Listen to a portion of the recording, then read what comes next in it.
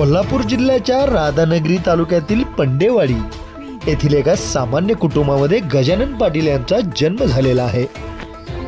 त्यांचे वडील कष्टाळू, जिद्दी आणि चिकाटीबाज होते। त्यांना या भागातील लोक महाराज म्हणायचे आणि या महाराजांच्या पोटी जन्मलेले हे गजानन पाटील मन लावून शिकले आणि यशस्वी झाले।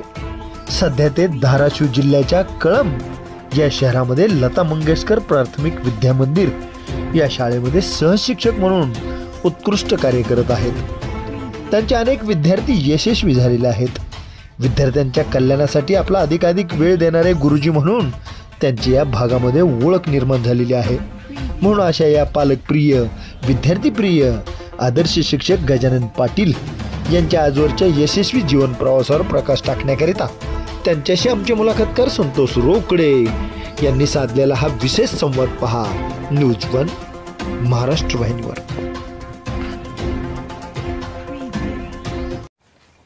मी गजानन केशव पाटील। मी सध्या लता मंगेशकर प्राथमिक विद्या मंदिर कळंब, तालुका कळंब, जिल्हा धाराशिव या ठिकाणी प्राथमिक शिक्षक या पदावर कार्यरत आहे। माझं मूळ गाव पंडेवाडी, तालुका राधानगरी, जिल्हा कोल्हापूर या ठिकाणी माझा जन्म झाला, बालपण झालं, प्राथमिक शिक्षण तिथंही पूर्ण झालं। त्याच्यानंतर पूर्ण माध्यमिक शिक्षण किंवा कॉलेज जीवन हे कोल्हापूर शहरामध्ये पूर्ण करून मी सध्या प्राथमिक शिक्षक या पदावर कार्यरत आहे। लता मंगेशकर प्राथमिक विद्या मंदिर या शाळेमध्ये मी मॅथ्स म्हणजे गणित हा विषय शिकवतो। त्याचसोबत मी स्पर्धा परीक्षेचं मार्गदर्शनही माझ्या विद्यार्थ्यांना करतो। स्पर्धा परीक्षेचं मार्गदर्शन करत असताना पूर्णतः मी प्रथमतः वेळेला महत्त्व देतो आणि वेळ महत्त्व देत असताना मी स्वतः ती प्रत्येक गोष्ट जी विद्यार्थ्यांना अंमलात आणायला सांगतो ती त्याच्यापूर्वी मी स्वतः अंमलात आणलेली असते। त्याच्यानंतरच ती मी विद्यार्थ्यांच्याकडून करून घेतो। सकाळी साधारणतः माझं शेड्यूल स्पर्धा परीक्षेचं म्हणजे नवोदय आणि स्कॉलरशिपची तयारी माझ्याकडून म्हणजे होत असते। तर त्याचं शेड्यूल सकाळी 7 ते शाळा भरण्यापूर्वी म्हणजे 10 वाजेपर्यंत आणि शाळा सुटल्यानंतर 4 ते 6, 6:30 वाजेपर्यंत मी शाळेमध्ये असतो। जशी परीक्षा जवळ येईल तसं माझं शेड्यूल स्पर्धा परीक्षेची तयारी करण्याचं दिवसभर चालत असतं। याच्यासोबतच माझ्या वर्गाध्यापनाची जबाबदारी माझ्यावर असतेच। म्हणजे या पद्धतीने मी विद्यार्थ्यांना पूर्णपणे वेळ देत असतो। ह्या सर्व बाबी करत असताना माझ्यासोबतच माझी मिसेस जयश्री पाटील म्हणून आहे, तेही प्राथमिक शिक्षिका आहेत। त्यांचाही खूप पाठिंबा आहे माझ्यासोबत, कारण त्या बाकीच्या घरच्या जबाबदाऱ्या पूर्णपणे सांभाळतात। म्हणून अगदी मी निसंकोचपणे अगदी शाळेची जबाबदारी पार पाडत असतो। आतापर्यंत जे काही विद्यार्थ्यांना मार्गदर्शन केलं ते ज्ञानाची शिदोरी मुख्यत्वे मला मिळालेले सीताराम धोडजी पाटील म्हणून ते सध्या आज आपल्यासोबत नाहीत। त्यांचं मार्गदर्शन, त्यांच्या माध्यमातूनच मी 4थी शिष्यवृत्तीधारक झालो। त्याच्यानंतर त्यांचेच विद्यार्थी संभाजी गोविंद पाटील म्हणून आहेत, त्यांनाही राष्ट्रपती पुरस्कार मिळालेला आहे। त्यांच्या मार्गदर्शनातून मी 7वी शिष्यवृत्तीधारक झालो। त्याच्यानंतर माध्यमिक शिक्षणाचं जर का विचार केला तर KG पाटील म्हणून आहेत, त्यांच्या माध्यमातून मी खूपच म्हणजे चांगल्या पद्धतीनं यशस्वीपणे 10वी पार करू शकलो आणि यांनी जी दिलेली शिदोरी आहे ती आज मी विद्यार्थ्यांना वाटप करत आहे।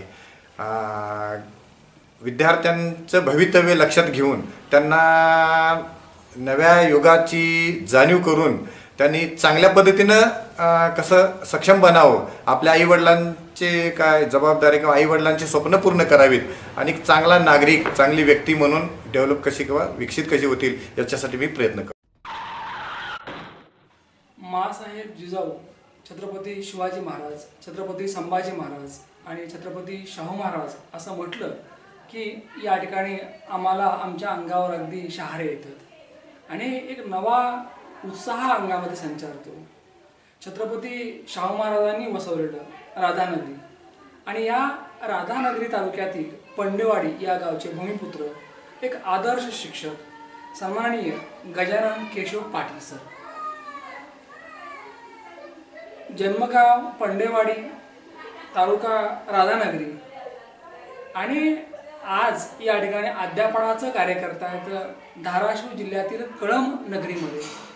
या कळंब नगरीतील लता मंगेशकर प्राथमिक विद्या मंदिर या ठिकाणी ज्ञानदानाचं कार्य करतायत ते.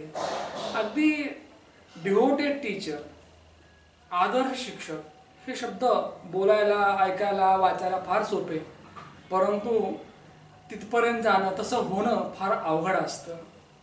परंतु काही लोक जेव्हा एखादा पेशा स्वीकारतात तेव्हा त्या पेशामध्ये ते अगदी समरस होतात, नव्हे रक्तातच ते असतं, नाही का.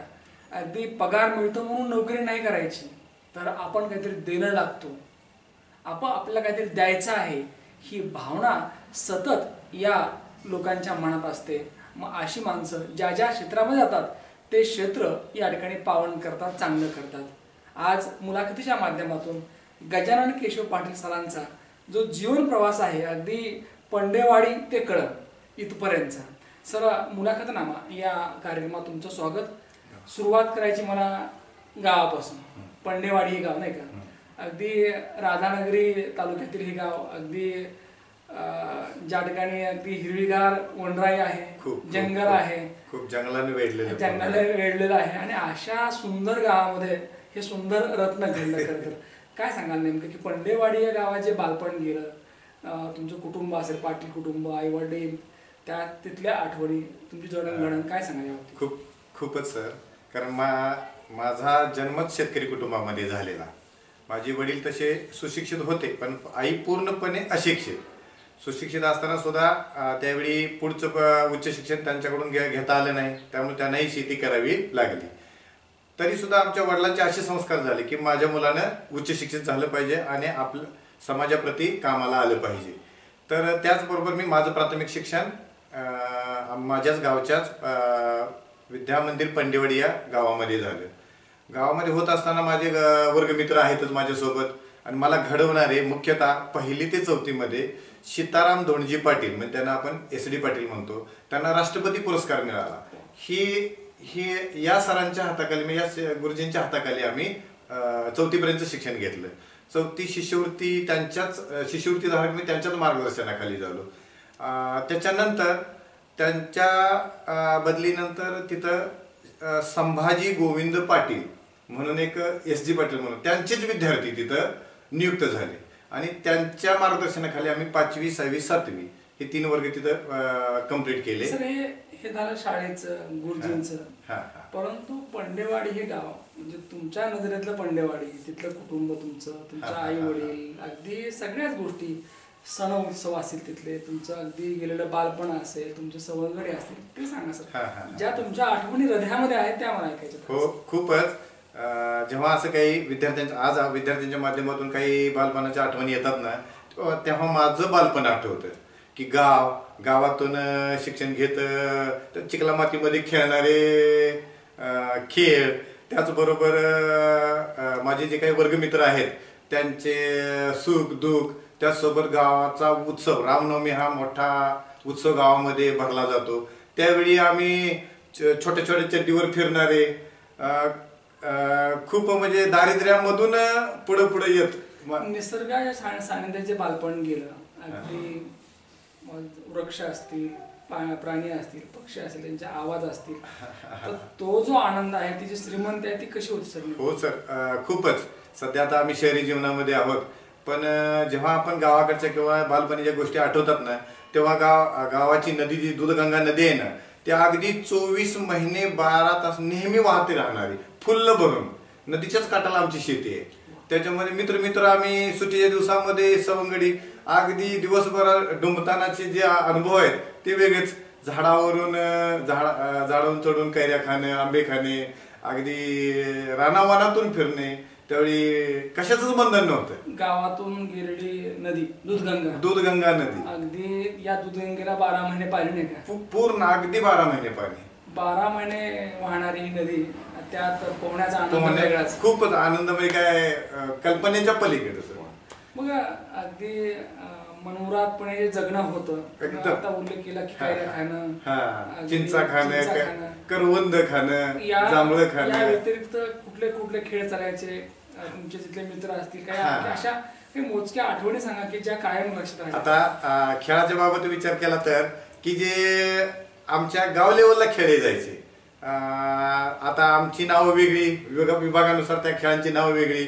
लंगडी, त्याच्यानंतर हत्तीची सोड म्हणून खेळणे, की लपाछपीचा डाव, नंतर क्रिकेट, खो खो, कबड्डी, हे असे अनेक खेळ घेणे आम्ही मित्रांच्या माध्यमातून खेळायचे. याच्या सोबतच पण हे जे सगळं करत असताना आम्ही अभ्यासाला सोडून कधी लांब गेलो नाही. ही महत्वाची बाब इथं मला बोलायची. खेळलो, भरपूर खेळलो, पण अभ्यास तितकाच केला. हत्तीची सोंड हा खेळ खेळायचा आहे का? त्याचबरोबर अगदी तुम्ही अभ्यासाची कास पण सोडली नाही. हो, बिलकुल. मला असं वाटतं की हा मिलाप पाहिजे खरं तर. जसं तुम्ही इतर जे बोलात तसंच तुमची आई असेल, तुमचे वडील केशव पाटील, वडील आणि आई यांच्याबद्दल काय सांगा? म्हणजे त्यांची जी भूमिका आहे ती कायम अगदी महत्वाची राहिली. त्यांचे संस्कार खरं तर आईबद्दल आणि वडिलांबद्दल दोघांबद्दल काय भावना व्यक्त करा? वडिलांच्या बाबत बोलायचं झालं तर वडिलांचा मूळचा स्वभाव हा उदारमतवादी होता. स्वतःसाठी कमी पण दुसऱ्यांचा विचार त्यांच्या डोक्यामध्ये जास्त. कदाचित तोच गुण तुमच्यामध्ये आला खूप. म्हणजे आज ही वडिलांचं नाव काढलं तर काही गोष्टी आठवतात ना की ती रात्र माझी अशी पूर्ण जागून जाते. आज अखेर सुद्धा कधी कधी वडिलांची संध्याकाळची वेळ आठवण आली ना की यावेळी अण्णा, म्हणजे आम्ही त्यांना अण्णा म्हणायचे, अण्णा काय सांगतील, माझ्यासाठी काय करतील. कधी कधी मी आमच्या घरच्या मुलांना सांगतो, आज अण्णा असते ना तिथून तू खुर्ची टाकून बसले असते. आज माझा मोठा मुलगा डॉक्टर झालाय, काय त्यांचं काय म्हणजे त्यांच्या चेहऱ्यावर काय समाधान हे लाभलं असतं. केशव पाटील ज्यांना तुम्ही अगदी अण्णा म्हणायचं, अगदी हे अण्णा म्हणजे उदारमतवादी, प्रेमळ, मायाळू, प्रामाणिक, नाही का? आज अण्णा नाही परंतु अण्णांच्या आठवणी आहेत. तर कशा प्रकारे मिस करतात? खूपच. पण त्यांनी जे संस्कार दिले ना त्या संस्कारावरच मी चाललो. त्यांचा एक स्वभाव की त्यांना एखादी गोष्ट आवडली ना जीव तोडून करत राहायचं. त्याचा फायदा स्वतःसाठी आहे का हे नाही, हा विचार त्यांच्या डोक्यामध्ये कधी मला दिसला नाही. करायचे ना मग ती त्यांच्या भावांसाठी उपयोगी पडेल, शेजाऱ्यांसाठी उपयोगी पडेल, पण ती बाब चांगली आहे ना ती चांगली बाब करत राहायचं. आणि हाच ठेवा मी माझ्याकडे. अण्णांकडे अनेक चांगले गुण होते. अण्णांची आजही लोक आठवण काढतात. हो, गावातले त्यांना महाराज या नावाने ओळखायचे. तर अण्णामध्ये जे अनेक गुण होते त्यातले कुठले कुठले गुण आपण घेतले ते सांगा. अण्णांच्याकडे कष्टाळू वृत्ती जास्त होती. ती तुमच्यात आहे का? चिकाटी होती, जिद्द होती. एखादी गोष्ट ठरवली त्याने ती करणार. फक्त ती ठरवलेली बाब चुकीची नाही ना, कुणाला नुकसानकारक नाही ना, ही गोष्ट ती निवडायची. म्हणजे देण्याची एक वृत्ती होती ती तुम्ही.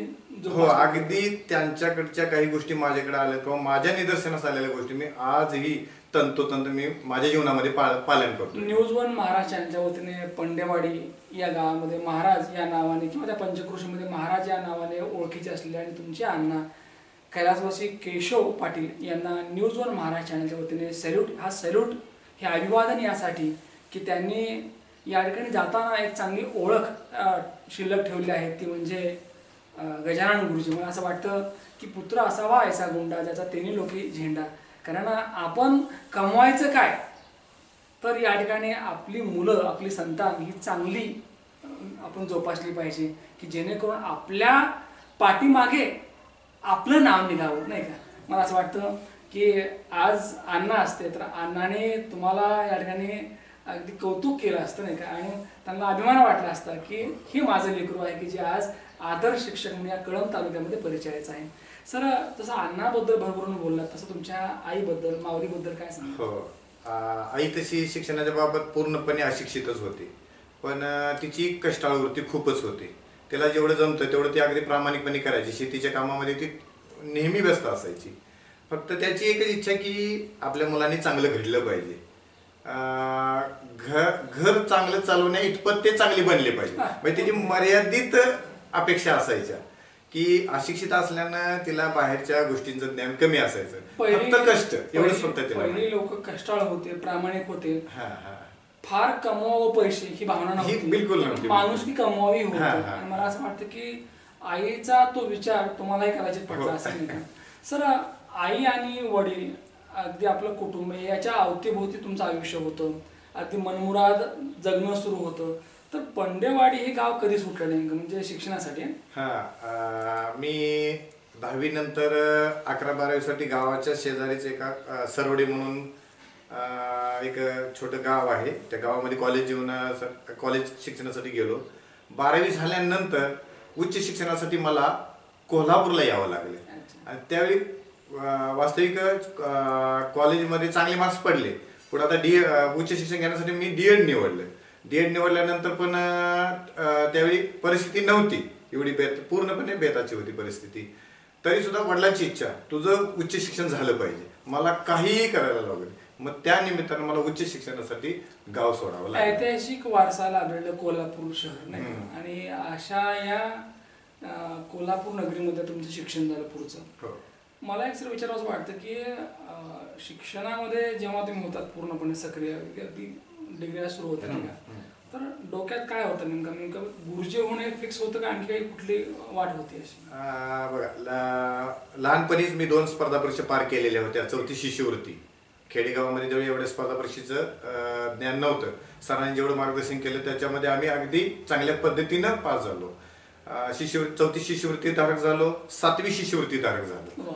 याच्या व्यतिरिक्त इतर कोणत्याही स्पर्धा परीक्षा आम्हाला माहीत नव्हत्या किंवा सरांच्या माध्यमातून आमच्यापर्यंत आल्या नाहीत. पण त्यांनी ज्या दिल्या त्याच्यामध्ये आम्ही त्यांना त्यांच्या प्रयत्नाला आम्ही न्याय देण्याचा प्रयत्न केला. त्याच्यानंतर 10वीमध्ये सुद्धा मला चांगले मार्क्स पडले. त्या सोळांपूर हायस्कूल सोळांपूर म्हणजे स्वामी विवेकानंद शिक्षण संस्थेचं ती एक संस्था होती, त्याच्यामध्येही चांगल्या पद्धतीने मी 10वी पार केली. त्याच्यानंतर किसनराव मोरे ज्युनियर कॉलेज म्हणून सरवडच्या ठिकाणी तिथेही 12वी मी चांगल्या मार्क्साने पार केली. त्याच्यानंतर मी उच्च शिक्षणाला कोल्हापूरमध्ये आलो. येत असताना आपण कमीत कमी आपलं कुटुंब चांगलं बनवण्यासाठी एक उच्च शिक्षण घेऊन एक छोटीशी नोकरी पत्करावी एवढाच फक्त उद्देश होता. कारण अपेक्षा काहीच ठेवण्यात पण आपल्याकडे ॲबिलिटी होती, नंतर करत गेले. बरोबर. कारण कसं होतं की तुझं आहे तुझं पाशी परी जागा चुकल्याची अशी अवस्था असते. कारण आपण कोण आहोत ह्याची पारख आपल्याला लवकर होत नाही. जसं तुम्ही आज अनेक विद्यार्थ्यांना स्पर्धा परीक्षांमध्ये त्यांना पास करतायत, म्हणजे त्यांच्याकडून तेवढी मेहनत करून घेतायत. कदाचित तीच मेहनत किंवा योग्य आणखी मार्गदर्शन भेटलं असतं कॉलेज जीवनामध्ये तर मला असं वाटतं की माझ्यासमोर बसलेले गजानन गुरुजी हे गुरुजी न होता या ठिकाणी अधिकारी झाले असते नाही का. पण असो, ईश्वराने परमेश्वराने नियतीने आपला जी वाट दाखवलेली असते त्या वाटेने चांगलं चालायचं असतं फक्त. कारण जर तर काय अर्थ नसतो नाही का. परंतु तुमच्या म्हणजे ती पात्रता होती अधिकारी होण्याची. परंतु आज या ठिकाणी अधिकारी जरी झाला नसलात तर अनेक अधिकारी घडवत आहात. असं वाटतं की हे काम खूप मोठे खरं तर. सर आता वळूया तुमच्या या ठिकाणी टीचिंग करिअरकडे. एक ॲज अ टीचर म्हणून, एक बेस्ट टीचर, आदर्श शिक्षक म्हणून तुमची ओळख आहे. अगदी लता मंगेशकर जे विद्या मंदिर आहे कळमनगरीतील या शाळेमध्ये येऊन साधारणतः किती वर्ष झाले, त्याचबरोबर इथं कुठले कुठले विषय आपण शिकवत आहेत आणि तुमची जी ओळख आहे खरं तर की स्पर्धा परीक्षेचे निकाल चांगले लावणारे गुरुजी, म्हणजे तेवढी मेहनत करून येणारे गुरुजी. तर ही जी ओळख आहे ती काही एका दिवसात झालेली नाही. अगदी वर्षभर ज्ञानदानाचं कार्य करता, रविवार पाहत नाहीत, सुट्टी पाहत नाहीत नाही का. अगदी झोकून दिलेला आहे खरं तर. हा प्रवास आम्हाला ऐकायचा आहे. 2003 साली खरं तर आम्ही 2001लाच आम्ही या धाराशिव जिल्ह्यामध्ये पाय ठेवले. 2001 साली आमच्या मिसेस जयश्री पाटील यांना प्राथमिक शिक्षक म्हणून जिल्हा परिषद धाराशिव यांची नियुक्ती झाली. त्याच्यानंतर लग्नानंतर मी त्यांच्यासोबत इथं आलो. आल्यानंतर सुरुवातीला त्यांचीच नियुक्ती होती. त्याच्यानंतर मला त्यावेळी नोकरी नव्हती म्हणून काही मुलं जिथं आम्ही राहत होतो वाशी तालुक्यामध्ये, वाशी या ठिकाणी, तिथं आम्ही काही मुलं घेऊन मी अध्यापनाचं काम करत होतो. बघता बघता मग अशीच एका मित्राच्या माध्यमातून शाळेतील मुख्याध्यापकांची ओळख झाली की जे आज विक्रम दळवी सर म्हणून आहेत त्या संस्थेचे मुख्य प्रमुख. मग त्यांनी माझी तिथं नियुक्ती केली. केल्यानंतर मी एक दिवशी सुरुवातीला रुजू होण्यासाठी म्हणून आलो. त्यावेळी आल्यानंतर पाहिलं तर मला त्या विद्यार्थ्यांच्या डोळ्यामध्ये एक वेगळी गरज दिसली. मी त्याच्यानंतर आल्यानंतर गरज दिसल्यानंतर मी थोडं मनानं अस्वस्थ झालो की या विद्यार्थ्यांना जर का माझी गरज असेल तर हे ठिकाण मी सोडता कामा नये. म्हणून मी तिथून पुढं विद्यार्थ्यांच्या म्हणजे रमत गेलो. त्यांना ज्याची गरज आहे ती त्यांच्या समोर मी बरोबर मांडत गेलो, त्यांची मनं ओळखत गेलो. आणि या विद्यार्थ्यांना खरंच या क्रमिक अभ्यासक्रमापेक्षा यांना स्पर्धा परीक्षेमध्ये आणू आपण. आणि सुरुवातीला की नवोदय आणि शिष्यवृत्ती या माध्यमातून मी त्यांना मार्गदर्शन करायला लागलो. सुरुवातीला या गोष्टी अननोन होत्या त्यांच्यासाठी. काही विद्यार्थी, काही पालक या परीक्षेसाठी म्हणजे परीक्षा देण्यासाठी इच्छुक नव्हते, तर प्रत्यक्षात विद्यार्थ्यांच्या घरी जाऊन मी पालकांना उत्सुक करून तयार करून त्यांना मार्गदर्शन करत करत करत करत आज इथंपर्यंत म्हणजे या शहरी भागातील आज एक नावाजलेली शाळा म्हणून इथं शालेय स्पर्धा परीक्षा शिक्षक म्हणूनची ओळख आहे खरं तर.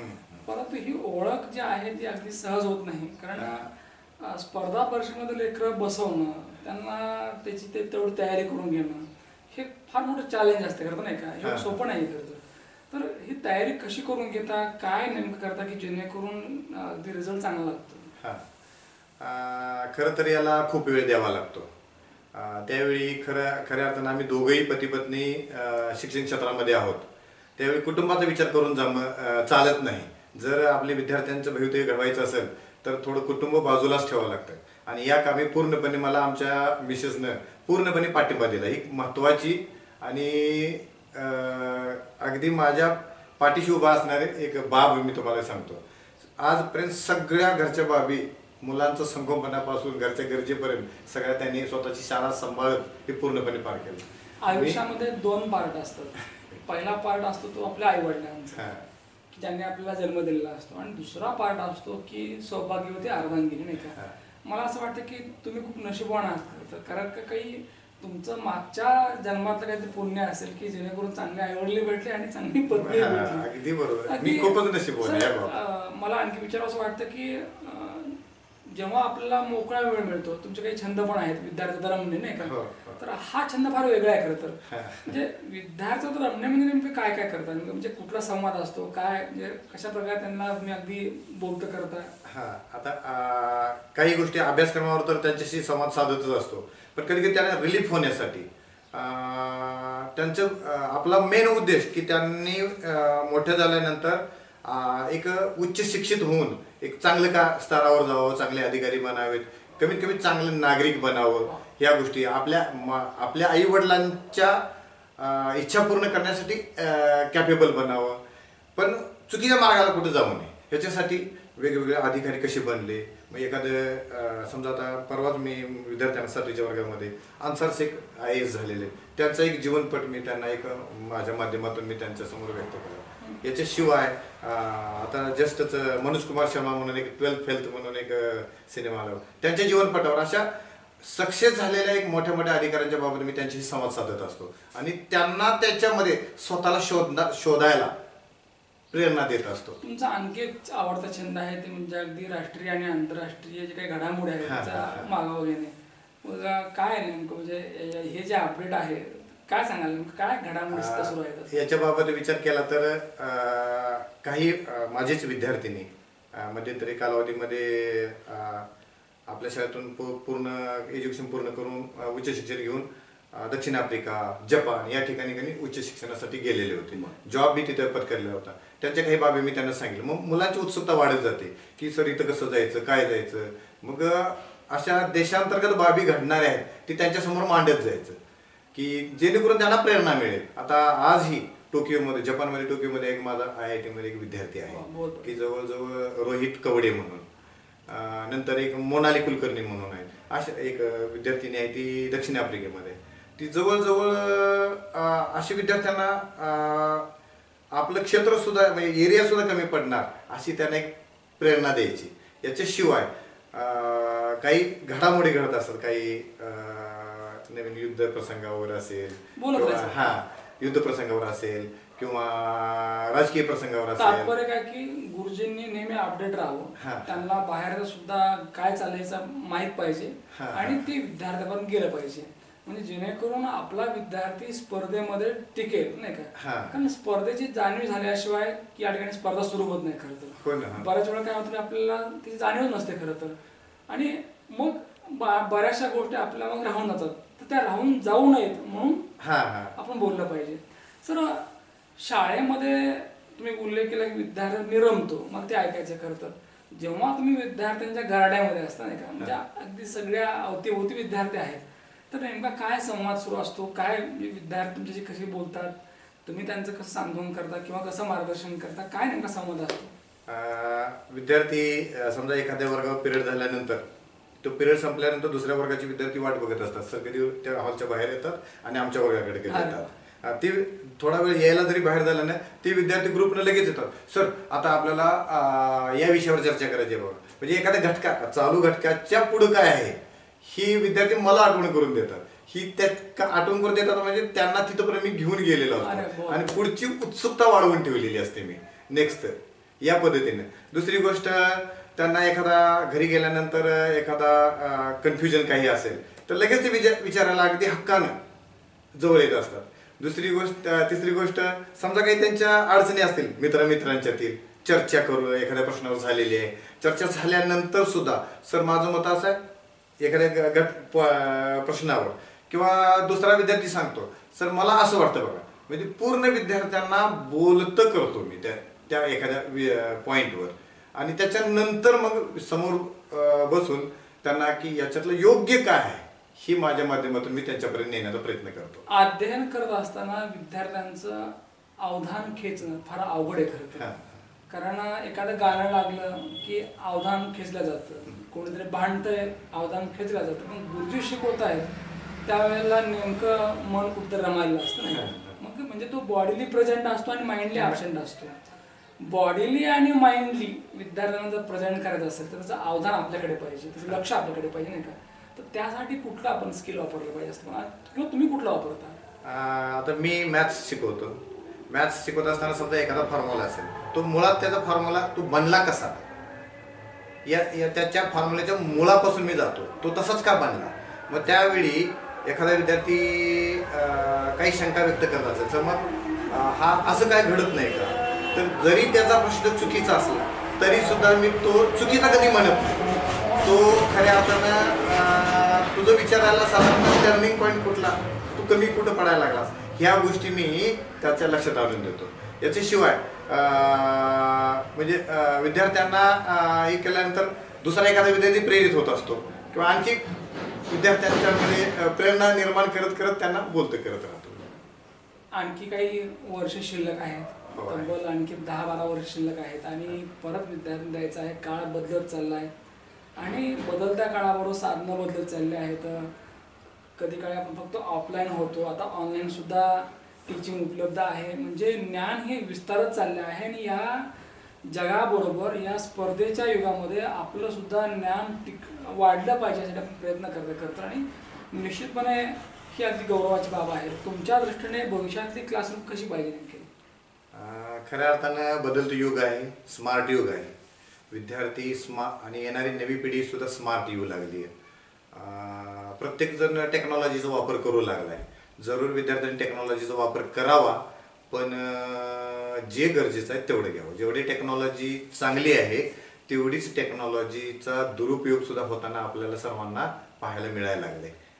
मला असं वाटतं की टेक्नॉलॉजी कितीही पुढे जाऊ द्या, गुरुजींचं टेक्निक चांगलं पाहिजे. आणि ज्या गुरुजींचं टेक्निक चांगलं आहे तोच गुरुजी या ठिकाणी चांगल्या पद्धतीने देऊ शकतो नाही का. मला असं वाटतं की अनेक बाबी आहेत. आज माझा मार्केटमध्ये पुस्तकं आहेत, अगदी गुगलला जा, प्ले स्टोरला जा, अनेक ॲप्स आहेत, एज्युकेशन ॲप, आणि या सगळ्यांच्या पलीकडे जर विश्वास कोणावर असेल तर तो गुरुजीवर असतो नाही का. आपण अगदी यूट्यूबला बघतो किंवा एखादं ॲप चेक करतो आपण, परंतु गुरुजी जोपर्यंत सांगत नाही तोपर्यंत खरं वाटत नाही. आणि म्हणून गुरुजींनी सुद्धा काळानुसार या ठिकाणी स्वतःला अपडेट ठेवणं गरजेचं आहे, तरच या ठिकाणी मुलांना वर्गामध्ये त्यांचं मन रमेल, भावना व्यक्त करायचं. मला थोडं या निमित्ताने विद्यार्थ्यांना किंवा सांगायचं आहे की येणारं युग हे 4G, 5G, 6G, पुढे 10G सुद्धा येईल मित्रांनो. पण या 10G मध्ये असेल किंवा 5G, 6G याच्यामध्ये रमू नका जास्त. तुम्हाला महत्त्वाचे जीवन घडवण्यासाठी तुम्हाला 3G बस आहे. आणि त्याच्यामध्ये पहिला G म्हणजे माताजी, दुसरा G म्हणजे पिताजी आणि तिसरा G म्हणजे गुरुजी. लक्षात घ्या, हे जे 3G आहेत ना, हे 3G आयुष्यभर विसरू नका. ह्या 3Gनी दिलेले मार्ग कधीही विसरू नका, तरच तुमचं आयुष्य सुजलाम सुफलाम होईल. या 3Gच्या माध्यमातूनच तुम्ही योग्य मार्गावर याल आणि तुमचं आयुष्य चांगले घडेल. म्हणून हे 3G विसरू नका. 5Gच्या 6Gच्या जमान्यामध्ये रमू नका. या 3Gच्या मार्गावरून चला, आयुष्य सुजलाम सुफलाम बनेल.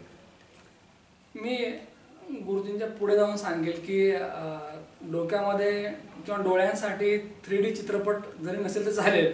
आणि अगदी मोबाईलचं युग आहे, त्यांनी उल्लेख केला की 3G 4G 5G आणखी काय बरेच जी येतील, आहे की नाही. अगदी परंतु त्यांनी सांगितले जे आहेत माताजी, पिताजी आणि गुरुजी, हे 3G आपण जपले पाहिजे, त्याचा सन्मान आपण ठेवला पाहिजे. अगदी मला असं वाटतं की सन्मान सुद्धा तेव्हाच जपला जातो जेव्हा आपणही तसे वागतो, नाही का.